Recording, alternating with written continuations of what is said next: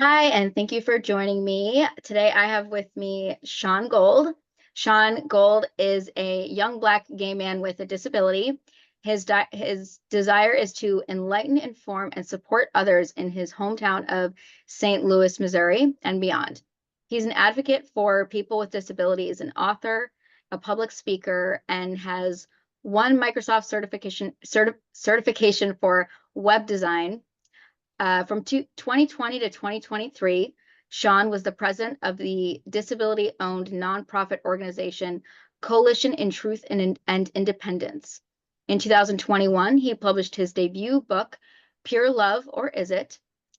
In 2023, Gold became the media director for Festability and a board member of St. Louis Publishers Association. He's currently attending UMSL for his bachelor's degree in English, and in September 2024, he will publish his second book, The ABCs of Disabilities. Sean, thank you so much for joining me today. It's great to have you. I want to start with what inspired you to write this book? My book is an alphabetical book for children and adults with and without disabilities to teach about their disabled peers, family members, and friends in a digestible way. For the last 3 years, I've been working tirelessly on an alphabet book called The ABCs of Disabilities, which is set to release on September 17th. It includes 26 terms from A to Z that parents, guardians, grandparents, and teachers can read to the children to help them learn how to understand and empathize with their friends in inclusive ways. I'd love to see this book be shared everywhere, and I would definitely come to read to the students on request in schools, libraries, and wherever else. I wanted to write this book so that kids everywhere can get exposed to the disability community as early as possible in accessible and inclusive ways. Awesome.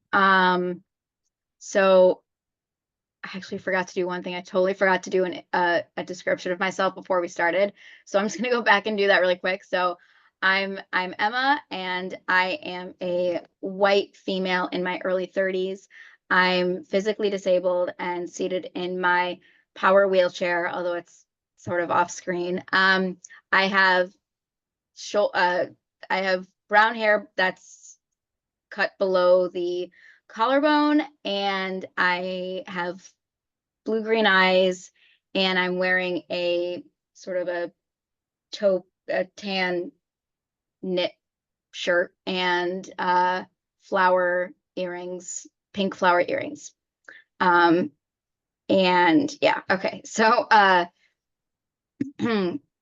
you are welcome to do yours as well, but we can also just move on with the interview, whatever you want. So let's do do you want to do a description of yourself, thumbs up or thumbs down?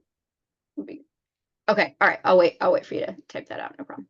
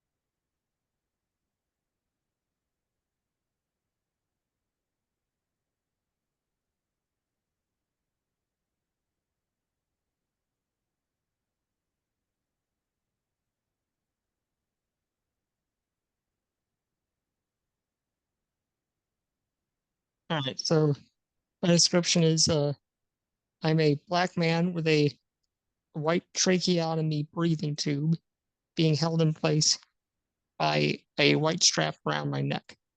I have short black hair and I'm wearing a black shirt. Okay, awesome. And so what I should we I yeah, so we can I can move those around that. All right, so I'll go on, I'll start with the second question. I will do that. So how did your personal experiences influence the narrative and themes of the book? It helped me think about the ways I wished were better explained to my classmates about my disability while I was growing up. Awesome. And so what messages do you hope readers take away from your story?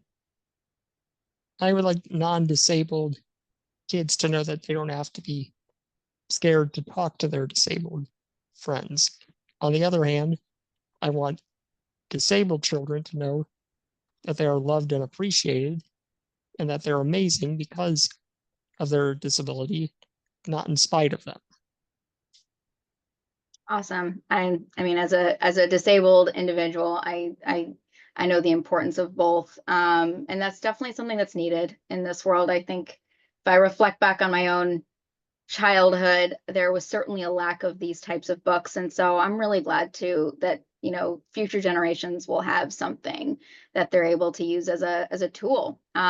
Whether that's, you know, disabled kids or non-disabled kids. And I like that it benefits both. So were there any particular challenges you faced while writing this book? As hard as this journey has been, I feel like God is about to take my message and career much further with this book. Many times I've thought about giving up on because doing a children's book independently as a self-published author and not deciding to go to the traditional publishing route took so much money. It's been hard as I've always been financially responsible since turning 18. I'm talking very good and way better than most people in my age group. So I don't have any hesitation that God is going to surprise me. And I don't think I'm ready for it. Yeah, I love hearing you say that because I feel honestly like that's how I've been feeling about my own life lately. And it's a weird kind of position to be in. Like it's sort of this unknown, but this sort of feeling that things are about to happen. And it's yeah. So I love that. And I definitely relate to it. Um, so are there any specific parts in this book that you are particularly proud of or that resonate with you deeply? I love what I came up with for the final draft of my book with my developmental writer. One of my favorite pages in the book is the letter I for imagination. On that page, I put blast off into space using your imagination. If you're non-disabled, you might imagine flying a spaceship in a regular command chair. A disabled child might imagine flying their ship in a command wheelchair. And my incredible illustrators drew exactly that. A boy in a wheelchair flying a spaceship with the chair. And I love it. Oh, I love that too. I think one of the things about childhood that's so important is that children are able to imagine themselves doing whatever. And that's a really special thing about children is that um, you know, they can, it's this limitless potential. And I think all children deserve that. And sometimes when you're a disabled child, you start to sort of that starts to get taken away from you a little bit. And I think we need to bring that back to children is that you know, whatever, like that unlimited potential of what your life could turn out to be. So I love that. Just those little details I think are so important. And I think that will mean a lot. That'll have a very deep and meaningful effect on children who read this book. So, um, so how do you balance advocacy and storytelling in your writing? My goal is no matter what my book is about, I have to place one character with some type of disability, even if the character is irrelevant to the story. Real representation isn't just having a disabled person as the main character or the antagonist going into major detail about the disability. It's also having us as side characters with the disability being known, and that's the extent of where I write about it.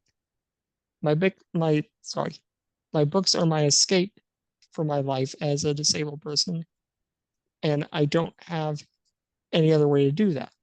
So I refuse to write any type of memoir or autobiography because to me that's invading the only space where I don't have to focus on my disabilities. I like that. Okay, that's an interesting take, and I don't hear that a lot. And I think that's important because it's true. I think as disabled individuals, we're often having to, whether we like it or not, like share a lot of parts of ourselves, and um, it's not for everybody, And yeah, I really, I'm glad you said that. Okay, and because I don't think I hear that a lot. I don't think that's said a lot. So that's really important. And I think that um, is certainly something that I think audiences and viewers and whoever is listening need to know. So thank you. Um, all right. So have you learned anything new about yourself through the process of writing this book? I'm sorry, can you repeat the question? Of course. Have you learned anything new about yourself through the process of writing this book? Yeah, I think I learned how much I needed this book as a kid myself. Growing up, I didn't see a lot of representation in disability when it came to the media. I'm talking about books, movies, TV, gaming, and other entertainment. I only knew about Stevie Wonder and Ray Charles, who were both Black disabled musicians. So my view on disability representation was limited. There was a boy who was a wheelchair user, Mr. Rogers, but that was it. Yeah, This book is a gift to my younger self to finally have a story to relate to. I love that. I think, yeah, I can certainly relate to not having any of that growing up either. I think, yeah, the only Stevie Wonder, Ray Charles, maybe uh, what's his face, Superman, Christopher Reeve. Like that's about all I knew as well. It's yeah, and I love that. I think as adults, all of us have that child inside of us that needs some love and like this is I think not only I think it's important to give gifts to the things that we needed as children that we didn't get. So I love that. That's wonderful. Okay, so how how has writing this book influenced your perspective on your own experiences as a disabled individual? I think this book has taught me that my younger self needed a book like this in order to heal that part of my childhood. So similar to what I explained a few questions ago, I've reflected on on how my friendships would have been even better than what they were if kids weren't told to just look away. Um, and are there any specific conversations that you hope your book will spark among readers? And that's children who are reading this or adults who are reading it to children, just across the board.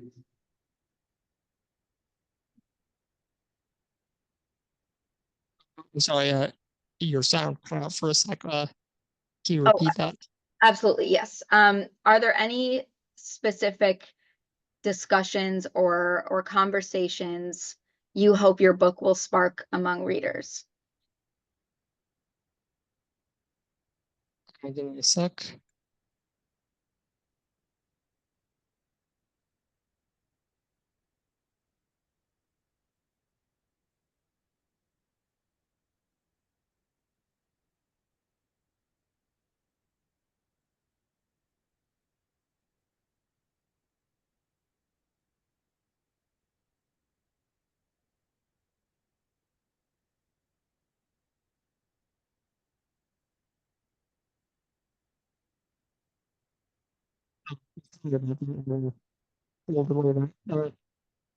I want, uh, I would like non-disabled kids to know that they don't have to be scared to talk to their disabled friends, and vice versa. I want disabled children to know that they're appreciated.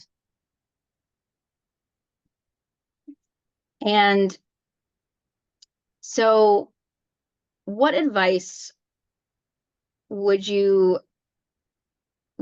have to give other disabled writers who are aspiring to share their own stories, or just any story, or just who want to write and be published? Write about what you want, not what others want or expect you to. This is your craft. I've always asked if I will, or I'm always asked if I will ever write my memoir. And for now, my answer is close to never. Awesome. I think that's great advice. I think particularly with disabled individuals, we're often told which stories are, to talk about, and it's often like never, it's rare that we are given the choice what to share. I feel like it's often people have expectations about the stories that we're telling. And so I love that. I love that you are saying no, like write about what you want, share what you want, tell the stories that are important to you. I think that's really, really important advice to give to disabled individuals who often are, told that they should, share specific things about their life, or that a story should be told a certain way. So that's I think that's really good advice, and I think that's essential advice. So how do you see your writing evolving in the future? I know you mentioned that right now a memoir is off the table, but as a writer, do you see yourself doing more children's books, or just, yeah, how do you see it evolving in the future? Well, I love fiction. My mind is such an imaginative wonderland, I feel like. So I just love to create from scratch and see what I can do. I don't think that writing a memoir would ever do that for me, but I'll always include disability some way or somehow. In terms of my books, I would love to see more of how I can empathize with real life situations that happen, but haven't happened to me, and just sort of write it. I'm also going to continue working towards my English bachelor's degree. I took a few years off from school, but I'll return to complete my degree. Um, I did the same thing. I took a few years off, and I'm now back in school. So yay.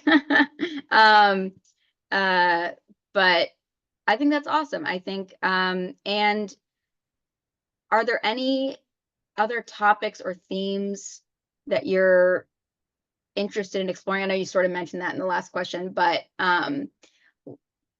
under like saying that, so you mentioned you are interested in exploring, you know, characters that, are disabled, like having disabled characters, but might not necessarily be the main character, but always having disability be present, and exploring themes about things that have happened, but not necessarily to you. Is there anything specific you're thinking of? Well, I would love to explore screenwriting and turning my books into scripts for movies and TV shows, or perhaps limited series. The last amazing show I watched this past year was Fellow Travelers, a limited series based on a book. It would be a dream come true. And let's put aside that the lead actor is Matt Bomer, who is my biggest celebrity crush ever. Let's also look past the fact that Jonathan Bailey is just as gorgeous. The writing for this series is unmatched for anything that has come out since this pandemic, and even prior.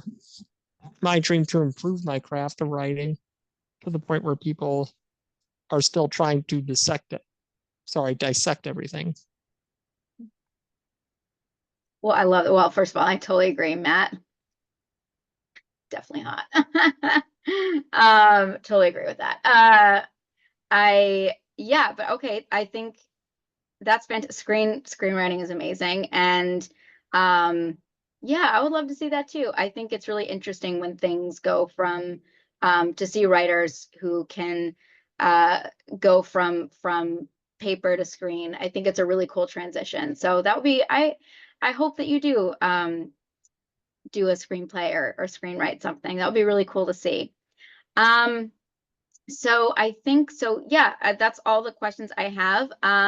So my last thing is, first of all, thank you so much for doing this interview. I really appreciate it. My last thing is, so for people who are interested in learning more about you or the book, where can they find you? My book will be everywhere online and hopefully in libraries, schools, and bookstores on September 17th. My podcast, Crippled by Culture, is available on YouTube and all podcast platforms. I'm everywhere at author Sean Gold, TikTok, Instagram, YouTube, Facebook, Threads, and Twitter, although I refuse to call it X. My LinkedIn is Sean Gold. I also have to shout out my book team at Edit Right for being a major help with being my project managers. And I also have to give a thank you to RACSTL, aka the Regional Arts Center of St. Louis, for my grant to pay for the illustrations with the illustrators at Pretend Friends. I couldn't have done it without them. Awesome. Well, thank you so much again. And please, whoever's listening or watching, please remember to purchase a copy of and either of Sean's books. They're both good. But and if you, Sean, do you have a copy with you could hold up maybe to show so we can.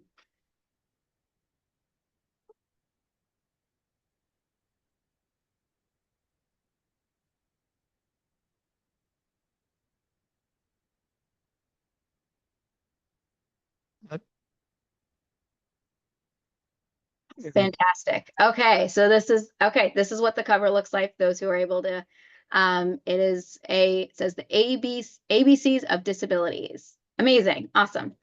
Okay, well I think we'll just close out with that. Thanks again for coming on here and doing this interview. I really appreciate it. I'm going to stop recording.